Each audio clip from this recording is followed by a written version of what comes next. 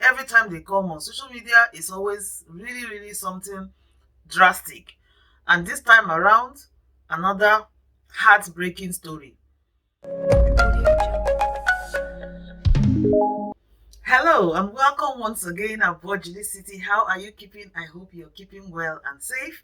As usual, I'm always excited to be here, and I'm glad you are here. Thank you so much for clicking in to watch today's video. So in today's video, I'm going to be going back to one of the schools that have been featured before on this my channel and in this social media for not so good news, and unfortunately it's not getting better. So Chrisland school is back on social media. It's sad to know that every time this school comes up on social media, it's always a heart-wrenching story.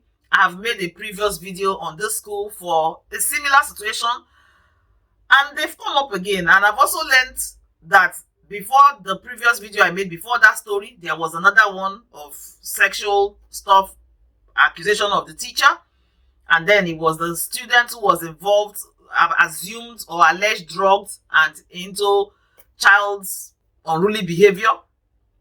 And now another teenager passed away from this same school. And the thing that keeps reoccurring is the fact that information is always lacking and there's always an excuse. I think it calls for proper investigations and interventions, because young lives are committed to this school, and at that stage of their life they are forming habits. And if the school is not unable to take responsibility of situation and event, how will they convey or impact the key concept of taking responsibility to the children they are bringing up? There's always this concept of trying to cover up. So the story says this mom went for her daughter's inter-house sports. So her daughter, 13-year-old daughter, was involved in the school inter-house sports. So she went as a parent to observe her child, like a proud parent will do. But throughout the time the parade was going, she did not observe her child partake in it. And her curiosity at the end of it led her to go seek whatever happened. On her way, she noticed that a bus passed or drove by her very unsafely in a crowd like that, but it never crossed her mind that her child will be in that bus. Through a student, she got to know that a child collapsed. Through a student, she got to know that it was her child. She was confronted by a teacher and subsequently by the school principal, who gave her the wrong address of the hospital. Imagine the shock of realizing that your child dropped, fainted, collapsed in a school activity that prevented her from partaking in something she has practiced and looked forward to. So imagine that root shock and trying to run helter-skelter looking for the particular hospital. Honestly, that was an unacceptable behavior. The school principal is the authority over the school, so she should have known better to provide the exact information. In fact, they should have arranged to take the mom to the hospital instead of making her search all over the town trying to find where her daughter was. The story did not get better, because by the time the woman finally located the hospital or the health center where the child was placed, she met the demised body of her child. Recently, I had an experience where my child collapsed, and honestly, it's not something I wish on my worst enemy. So I can't even begin to even say I understand where this mom is, but I have an idea of what the emotions can be. You can watch that video. I think it was the video before this, so you can do well to watch that as well.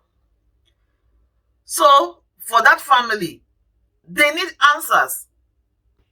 Once again, this school have proven that they dwell on a lot of cover up, which is a basic concern. Now, when you put yourself out there to serve the public, please be ready, be prepared.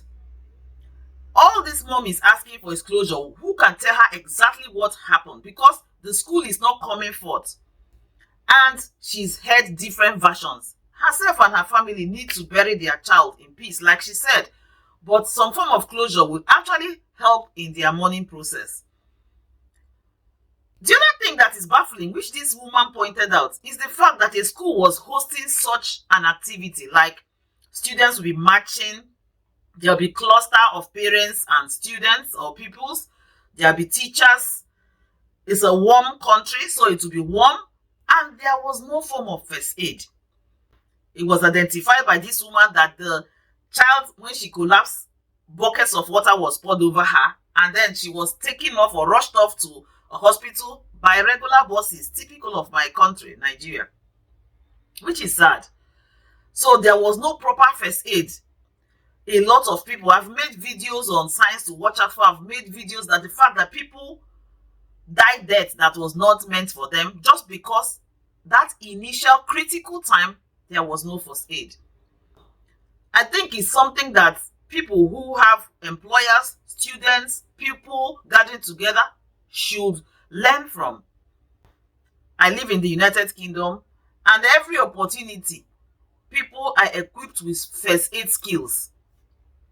Like the woman said, she found the remains of her daughter drenched in water that was poured on her as a form of first aid when she collapsed.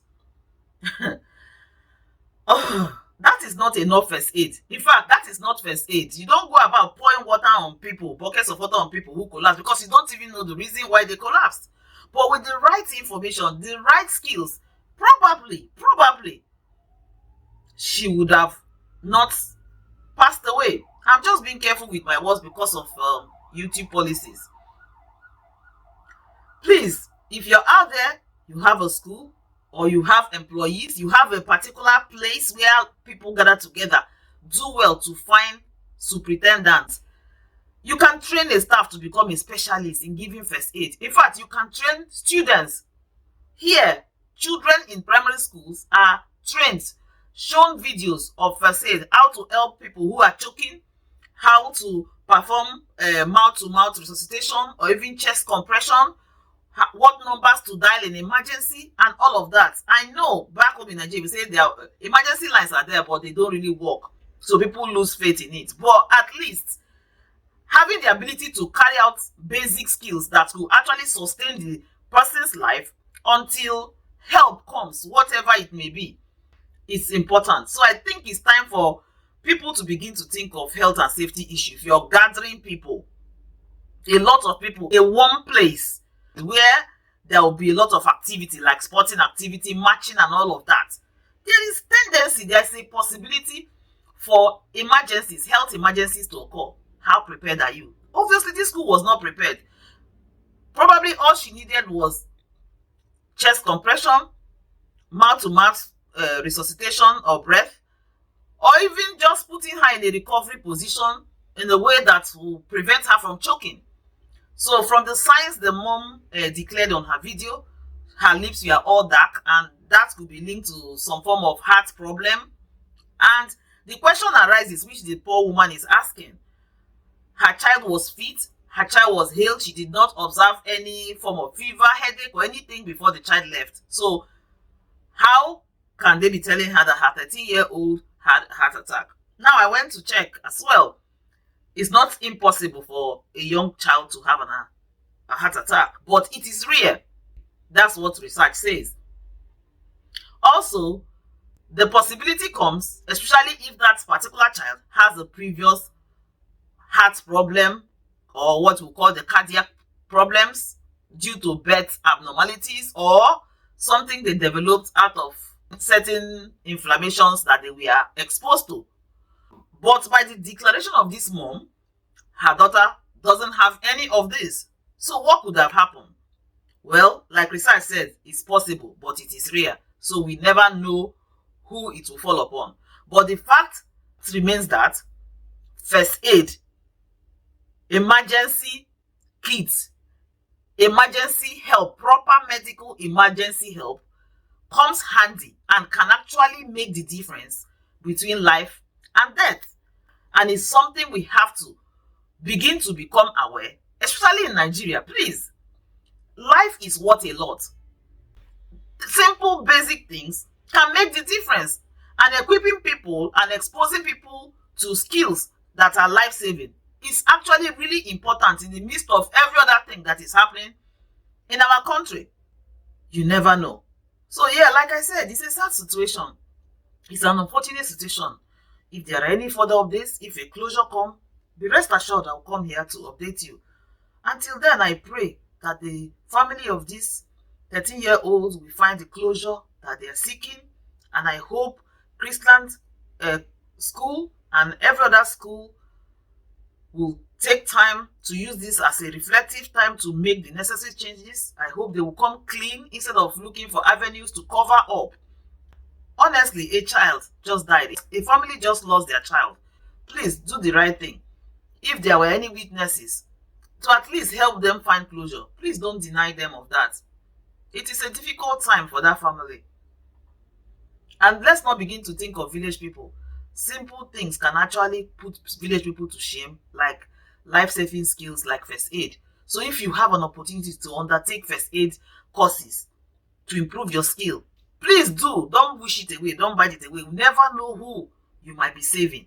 So please take advantage of it. And if you're an employer, a proprietor, please, even videos alone, if you don't have the money to get the experts watching videos of it, YouTube is there available, sharing information on life-saving skills.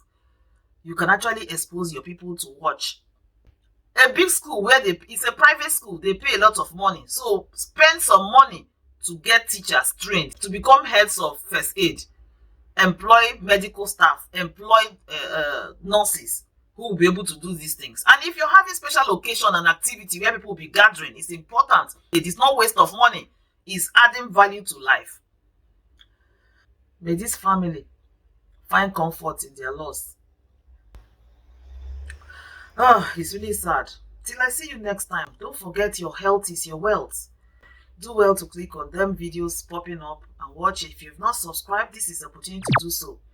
Click on the red subscribe button. Also click on the notification bell and give it a like. Share as well. Leave your comments. What do you think? Is first aid really necessary? Is it worth it saving the money? What do you think? Have you heard about this story? Just let me know in the comment section. I'm looking forward to hearing from you. Until I see you next time,